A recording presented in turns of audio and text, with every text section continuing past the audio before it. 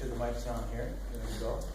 I'm also going to invite Ron Fraser to come up and Tom Sengupta, because it's my unique honor and privilege to be part of honoring Tom for all his great work. It's also great to see so much of the community here. And I think that you're all here because you recognize, like I do, the significant impact that Tom has had on our city and on our lives and in the politics in this state, I would say. Tom has been a real role model for me, a mentor, just the way he lives his life, the way he treats others, one of the most decent, committed, dedicated people, and he lives with such integrity. He has clear values, and he has a clear vision of what he wants his community to be, his world to be, and himself, and he lives his life true to that in every way. I've known Tom not as long as some of you, I'm sure.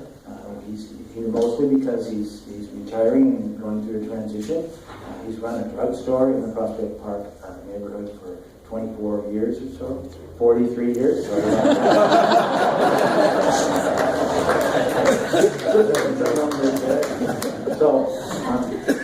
And while he's done that, he's also been a real hub, a meeting place. So I first discovered Tom when I went there for one of his discussion groups. I think it was on a Thursday night, and we gathered around the stove, and we talked about the issues of the day.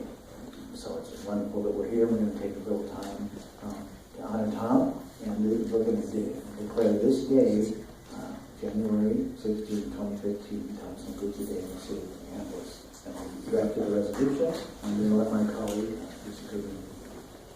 I want to thank Councilmember Gordon for partnering with me on making this happen. I just want to note that in the 18 years I've been on the City Council, I've never once ever brought forward a day to honor anyone. I feel like there are many people in the city who should have the opportunity to be honored, and so when there are so many, how do you pick out one? Until now. And I will say, I had the good fortune of being contacted by two gentlemen who now live in Hawaii, Eric Anderson and Roger Beck, who I didn't know. And we had a long email conversation back and forth about our memories, about working with Tom.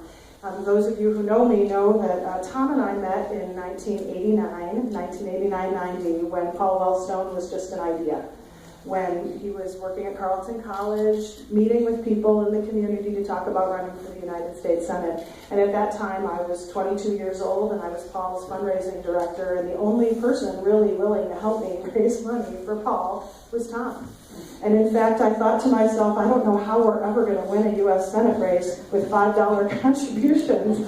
And Tom said there'll be a lot of $5 contributions, but they'll be from people who will vote and people who will matter, and the rest is pretty much history.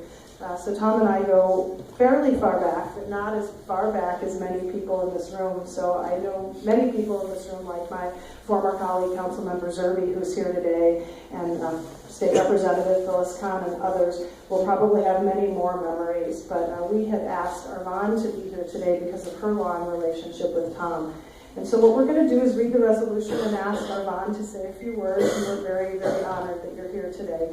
And then ask Tom to talk a little bit about what's next in his life. Many of you know about his project for the Common Man, and we want to give him an opportunity to talk about it.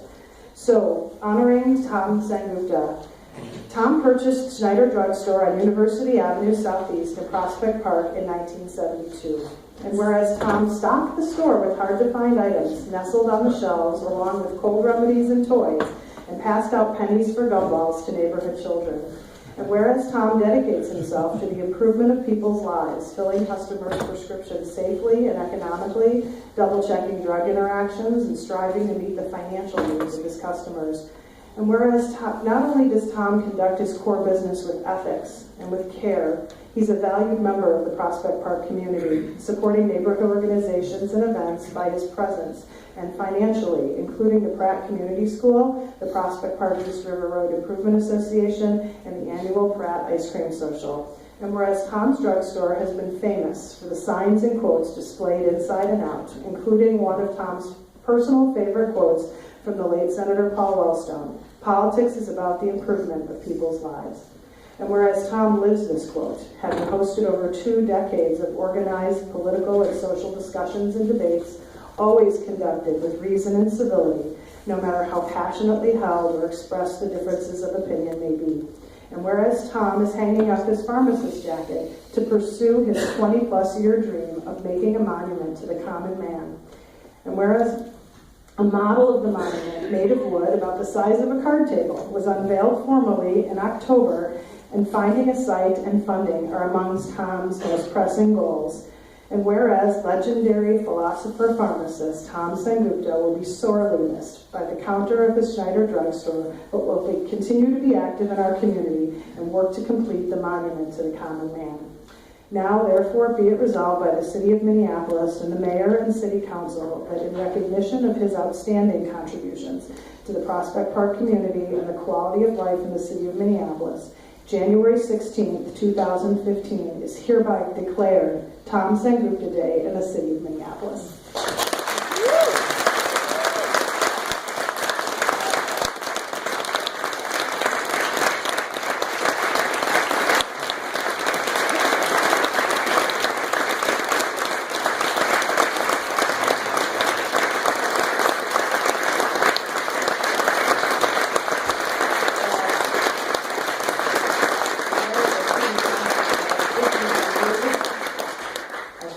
I am deeply honored to be here to honor Tom in this distinguished building and in this room and this distinguished man beside me. Much has been said, or virtually all is said here, but I will say a couple of things. Number one, I think Prospect Park was evacuated. But Tom is our southeast treasure, who is now known to the whole city and beyond for not only his wonderful political discussions that, of course, I've been at a number of times, but Tom does two, I'll say 3 other things. One of my good neighbors, who I hate to say, I don't think ever votes, just extols Tom. So it is not just among us politicians that Tom is known and considered a treasure.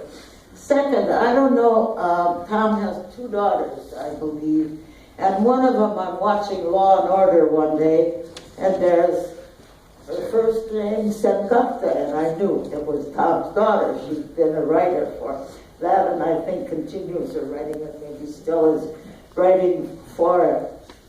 And so all of us turned out here to honor this great man, who the third thing I will say is, well, he helped me quit smoking.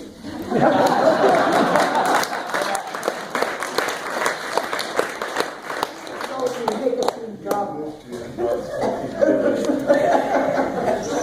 Anyhow, he dispenses advice along with his filling prescriptions. So I am absolutely delighted and honored, as I said, to be here to honor Tom. So thank you, thank you, thank you.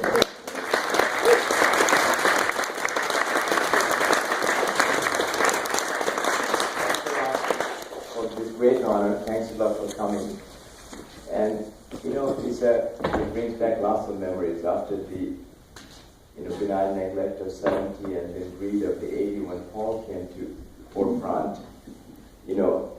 It rekindled our passion, our hopes, and and our all kinds of things that we can change this society, we can change this world. And I still have that in me. I'm 75 years old and still holding on to that. Thanks to Paul, thanks to Humphrey, and that was our Camelot in our own way.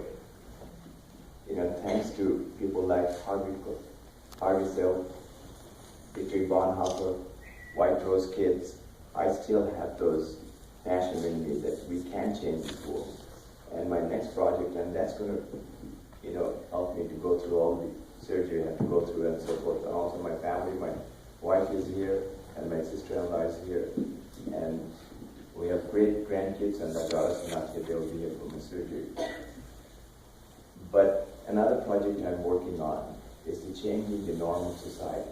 You know, we see all through the history of mankind, when the society is under duress, we always let the people in power set the agenda. This happened in Hitler's Germany. It happened in the Red Scare time when Joe McCarthy era. It happened in Vietnam War time with Gulf of Tonkin resolution. Though I have tremendous love for Lyndon Johnson too because of his work on civil rights issues and voting rights bill. Because one time he said to Richard Russell, this is the right thing to do, and that was probably his finest moment of his presidency. But again, this happened in September 11th. You know, we have to change that. When society is under duress, we like to see the common folks, and I have tremendous faith in common folks and goodness of people and intellect of people, of common folks. They are the ones who should change this norm. They should question their families before they set that. And that's how we can change our society, not giving the power to the powerful.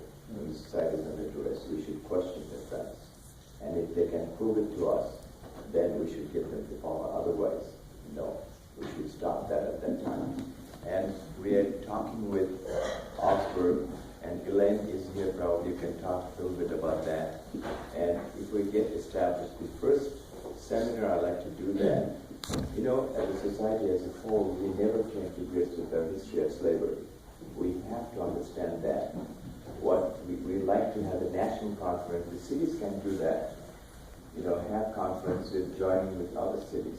Unless we understand that, we'll never, you know, go over these things that are happening in Missouri or in New York City or even in our time. If we don't understand what happened, our history of slavery and how we treated the Native Americans, when we make this mistake over and over and again and again and again. Cities can take a leading role on that. Have conference and talk to other cities and have conference and ultimately take it to Washington and talk, you know, have people in the panel like the elders like Congressman Lewis or President Carter and lots of scholars and come up with something like South Africa did. And we need to do that. And it's not safe for the other waves of non-white immigrants who will be coming here. They will go through the same thing. And it's not good for the soul of our society. We have to come to grips with that. And also, African Americans are not the majority of the minority anymore. This issue will be in the back corner for another 200 years. We cannot afford to do that. We have to come to grips with that. For the safety of our policemen and safety of our minorities in the society, we have to do it, and cities can take it. Great leadership on that. And joining with other cities, we should be able to do it. And we'll have all kinds of seminars, and Elaine, I'd like to talk about that, how individuals change the history of mankind, you know, and the other issues, why young people are not interested in politics anymore. You know, there's so many other issues affecting the society and the world. We can't change those. And this is also from Paul Humphrey and Dietrich Bonhoeffer. I still have that. Thank you very much. Thanks a lot. And hopefully you guys